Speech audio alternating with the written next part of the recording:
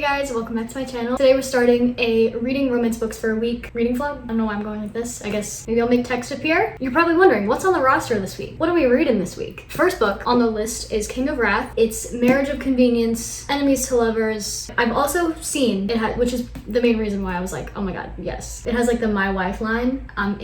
I am in. So we have billionaire CEO, we have event planner. It's marriage of convenience trope mainly, which very enticing, very intriguing. The next book is on Kindle. It's called The Bodyguard by Catherine Center, I think. But it's a fake dating, obviously bodyguard romance, and she's the bodyguard. I've never read like a bodyguard romance where like the girl is the bodyguard, so I'm so excited to read that. I've heard nothing but good things about pretty much all these books that are on the list. The last 3 books that are also on the roster this week, depending on like what I feel in the mood to read, is The Deja Glitch, which I got in a PR box. And I don't usually love Groundhog Day tropes for some reason, like they just annoy me, like in books and like TV shows and movies and stuff. But this looks really cute. To break out of a 24-hour time loop, all Jack needs is for Gemma to fall in love with him in a single day. All Gemma needs is to remember him first. So it's kind of giving like Groundhog Day plus like 51st Dates, like that kind of vibe. So this looks really cute. The next is Twisted Love, which I wanted to start the Twisted series for so long and like read every book. So excited about this. I actually started this a few weeks ago, but I never finished it. So maybe this week I'll finally finish it. So I was reading it on my Kindle. But yeah, it's like best friend's brother, enemies to lovers type of vibe. Really excited about that. And the last book is The Summer of Broken Rules, which is summer romance, cutesy, family. I think it also touches upon like deeper topics like grief. So just a wholesome summer romance. So I think we have some solid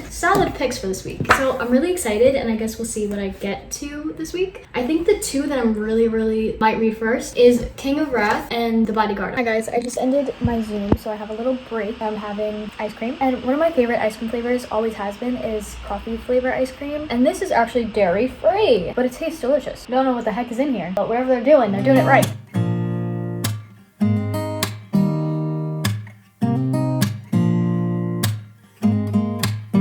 Okay, so I'm on page 24. I just finished chapter 3, and already good premise. Love the enemies to lovers tension, chemistry. But yeah, interesting premise. Loving it so far. So I told myself I can't start reading until I do my dishes because I need to do them. So if you also need to do your dishes, this is your sign to do those dishes. I still can't tell if I like these blue light glasses or not. I can't tell.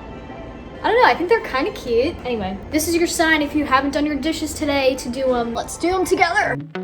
Wanna be free of this heart. It is actually quite absurd how hot it is in my room right now. But you probably say like, why are you wearing a sweatshirt then? Fair point. And then I don't want to put on my AC because it's just crazy loud, and then I wouldn't be able to film. So you see me glistening and gleaming with sweat? Rock with it. Okay, already, we only had 1 interaction. I'm literally only on chapter 4, and they had 1 interaction, and I'm like literally kicking, screaming, giggling because the tension through the roof. Like if it's already steamy, and like not steamy, but like you can tell like the tension is building. Nothing has happened yet, but I feel like if we're starting out this way, it can only go up from here, you know? I'm different. Still you stay cause you feel something real. I feel like Sloan is just such a badass name, you know? Like naming a girl Sloan, I just feel like you're automatically just hot and a boss lady, badass bitch, you know? It just comes with the name, I feel like. Okay, little reading update. I'm on page 96, chapter 11 now. So far, I really like that it's not like the traditional like grumpy sunshine. It's like he's grumpy, but then she's like boss lady, no nonsense, like strong female lead, which I really like, and it's really interesting where they have that like banter. And one of my favorite things in books is when the love interest has like a nickname for the main character. And in this one, it's Mia Cara, which is, I hope I'm saying that right, but it's My Heart in Italian, which is just so freaking cute. Also, I just realized this, but another favorite trope that I have, I guess it's not really a trope, but like thing in a book, or even in like TV shows and movies,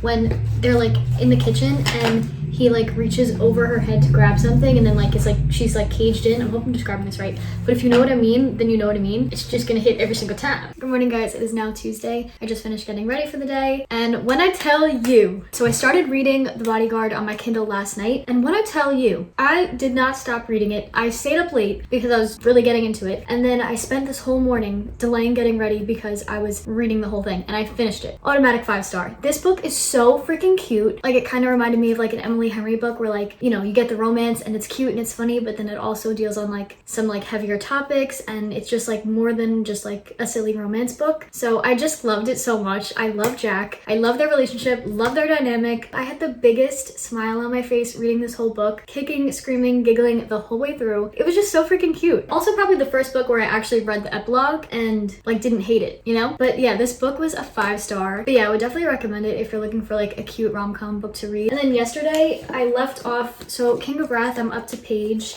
176, which honestly did not think I was gonna get this much reading done in literally like a day. Like, not to like toot my own horn, but like toot. Yeah, so I'll probably read some more of this. Maybe I'll finish this book today.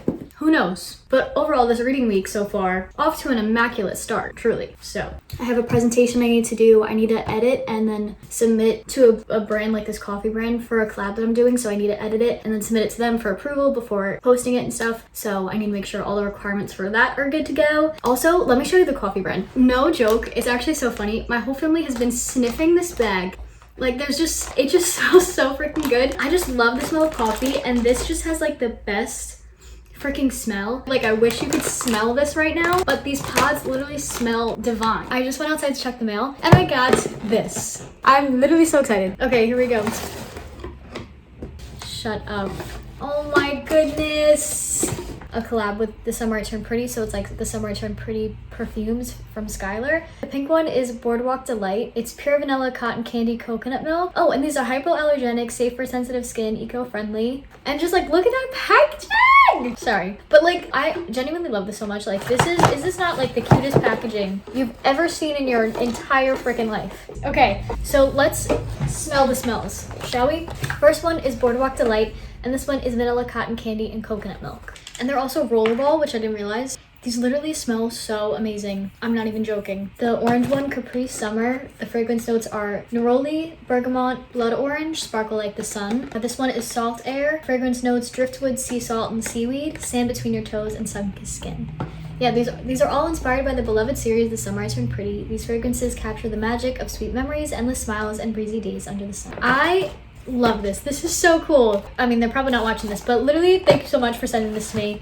Okay guys, I am back and I finished this book. It was really good. Loved the spice, loved the romance in it. I think there were parts where it just felt a little slow, or I just really wasn't fully invested in a way, like in what was happening. But like, there were only a few parts where I felt like that, but overall I felt like it was a good book. I would definitely recommend it. I think overall I would give it like a solid 4 stars. I think it was good. Love the tropes in it. I think it's because I don't usually like, for some reason, like billionaire, like tough guy love interest. Like, I don't love all the time, but sometimes like I really do enjoy it, and this one I enjoyed it. I would definitely recommend it, and I think it was a good solid romance. So the next book I think I'm going to start is the Deja Glitch, and then maybe after that I'll do The Summer of Broken Rules. Me. So the first line is, her idea of a good time consisted of a book on a blanket and perhaps a cup of tea, which, like, girl, same. This is about Gemma Peters, is a LA radio producer, and then when Gemma crashes into Jack, oh my god, in The Bodyguard the love interest's name was Jack too, so maybe I will also like this Jack as well. She has like this funny feeling of like deja vu every time she looks at him, and apparently, okay, so they live this day over and over for months, so Jack is aware of the time loop but Gemma isn't, so Jack thinks he has to get Gemma to fall in love with him in order to like break this time loop. Very intriguing, very interesting. Good morning, it is now Thursday, and it's 11:11. See, I was telling you the other day, well, the other video, not the other day, but the other video, that I keep saying angel numbers. I don't know what that means exactly, but I'm taking it as a good sign. I read a little bit of the Deja Glitch. I read up to 166, but to be very honest and very real, I was skimming. I was skimming a lot through this book, just because I think it's the time loop thing and like just the overall premise I just don't like necessarily love in any books. Like, so nothing against this. So if you love a good like time loop kind of book, I would go for this, you know? Definitely recommend it. Although I will say, like, at least it doesn't start like as the time loop starts. Like, you only catch like the last 2 days of the time loop, which I really love, because like I don't really love like the repeatedness of a time loop trope. So this was like not bad, so like, this was good. So basically, like, they go to the bar, they have this kiss, and at the end he's like, please remember me. So he knows that there's a time loop, but she doesn't. So that was like the first time that they kissed, I guess, in like the continuous time loop. Then the next day when she bumps into him, she's like, she gets this like weird feeling of like deja vu, and like she feels like she knows him but she doesn't. So then he's like, oh, maybe that's because because we kissed, like I tried something different, we kissed. So he's under the impression that like to end the time loop, he needs to get her to fall in love with him. Interesting premise, but for some reason it's just not fully hitting the way I thought it would. Oh yeah, just as a disclaimer, so this book and The Bodyguard are very like, in The Bodyguard they kiss, but like it's not spicy at all, it's more like cute romance, and King of Wrath is definitely spicy, so I just want to, warn anyone, this is definitely very spicy. I feel like I do my rollers differently every time and they always look different. I'm hoping this comes out good, so just bear with me even though I look like this. But hi, it's Friday now, so this is the last day of our reading romance for a week.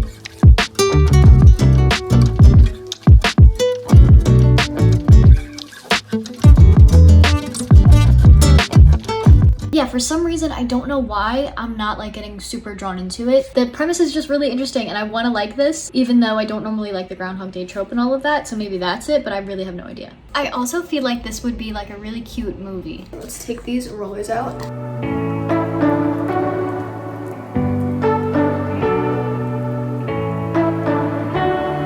You say you don't want to get in trouble, that you're doing fine cause you got me.